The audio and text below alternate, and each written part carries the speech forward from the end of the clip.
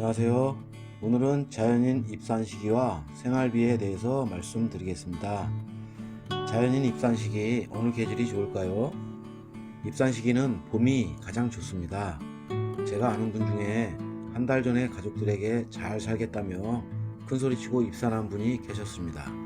그런데 여러 가지 이유로 하산을 하고 말았습니다. 제가 봄에 입산하라고 조언을 여러 번 했었는데 하루빨리 산에 들어가고 싶다며 늦가을에 입산했다가 결국 한 달을 버티지 못하고 하산해서 도시의 집으로 귀가를 했다고 합니다. 이유는 너무 춥고 산에 가도 먹을 것도 없고 외롭다는 이유입니다. 하산한 뒤 아내한테 자연인 아무나 하는 게 아니라는 핀잔을 들었다고 합니다. 방송에서 보면 겨울에 산에 가서 먹거리도 채취하고 낙엽 덮고 잠을 자기도 하고 또는 텐트를 치고 한겨울을 보냈다는 분들도 계시는데요. 그것은 쉬운 일이 아닙니다. 봄에 산에 들어가시면 농사를 지어서 저장해 놓거나 산의 약초나 먹거리가 어디 있는지 미리 파악해 두신 분들이 가능한 얘기입니다. 한겨울에 저장해 놓은 음식 재료도 없고 약초 같은 것들을 찾는다는 것은 불가능에 가깝습니다. 한겨울에 입산하면 대부분 음식 재료들을 읍내에서 사다 먹고 텐트에서 추위에 벌벌 떨며 생활을 해야 하는데요. 그것도 하루 이틀이지 긴 시간 버티기는 힘들 거라 생각합니다. 현재 산에서 자연인 생활을 하시는 분 중에 제가 잘 아는 분이 계신데요. 그분께서는 한겨울에 입산해서 너무나 힘들었다고 합니다. 방송에서도 여러 번 소개되었던 분인데요. 말기암 시한부 선고를 받고 어쩔 수 없이 산에 들어가셨는데 벌써 15년이 흘렀고 지금은 산에서 말기암 극복하시고 완치된 사례이기도 합니다. 그분처럼 어쩔 수 없는 상황이라면 비닐하우스라도 만들어 놓고 입산해서 화목난로 조합으로 버틸 수는 있습니다.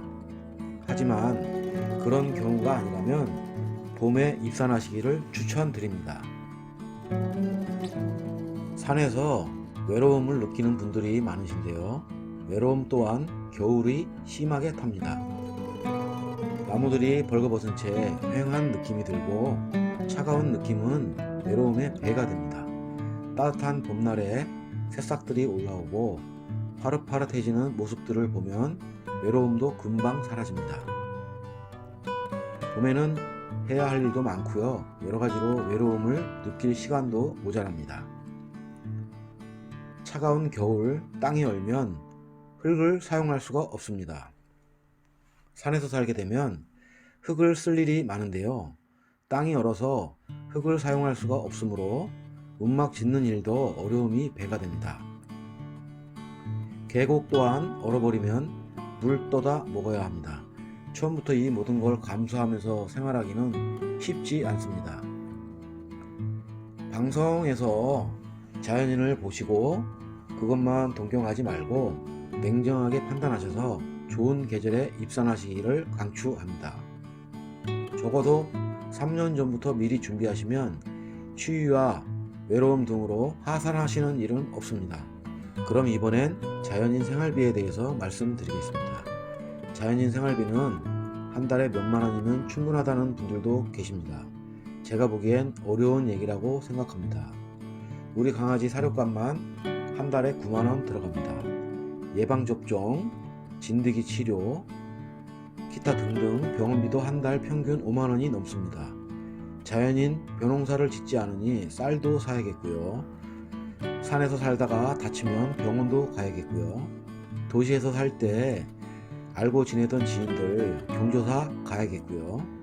도시에 남겨진 가족들에게 조금이라도 경제적 보탬이 돼야 하겠고요. 이러다 보면 몇만 원으로 생활한다는 것은 불가능합니다. 그냥 자연인이라고 해서 가족을 외면하고 내 편한 대로 살고 강아지 돌아다니다가 진드기한테 물리고 다치고 하면 병원비 들어가니 1년 365일을 계집에 1m도 안 되는 목줄에 묶어두고 도시에 있을 때 지인들에게 받았던 경조사 도움도 외면하며 살 거라면 가능할지도 모르겠습니다. 하지만 사람이란 무슨 일이 닥칠지 미래를 알 수가 없습니다.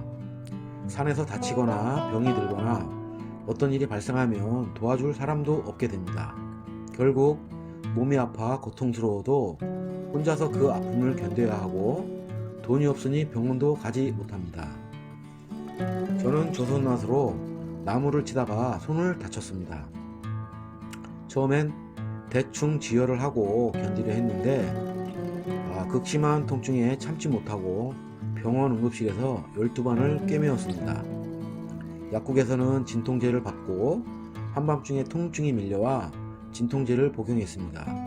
이런 일은 자주는 아니라도 가끔 다치는 일이 종종 발생합니다. 해서 자연인 생활비는 최소한의 지출을 하며 조금씩은 모아두어야 합니다. 돈이 싫어서 산에 들어가시는 이유는 알겠지만 조금씩이라도 모아두어야 합니다. 자연인 생활비 너무 작게 잡으시면 어렵습니다. 물론 원시인처럼 살 거라면 돈은 필요 없습니다. 그게 아니라면 자연인 생활비 어느 정도 되어야 합니다.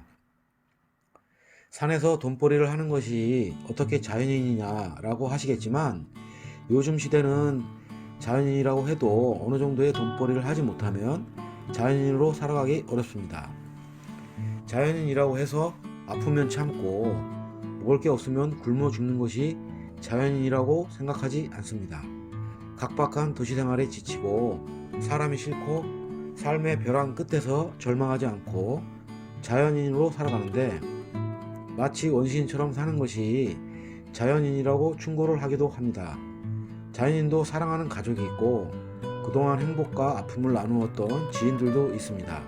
가족과 지인을 외면한 나 혼자의 삶, 그건 진정한 자연인이 아니라고 생각합니다.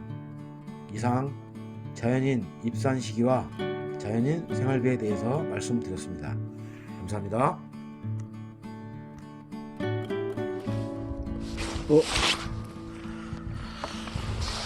자, 여러분, 이게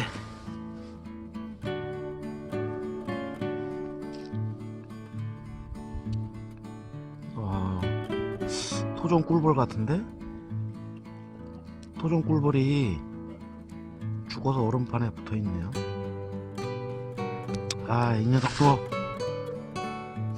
올 한해 열심히 꿀을 따다 저장하고 자기 할당량 다 채우고 생을 마감을 했네요. 참, 사람이고 짐승이고 곤충이고 다 때 되면 그렇게 가는 거 아니겠습니까?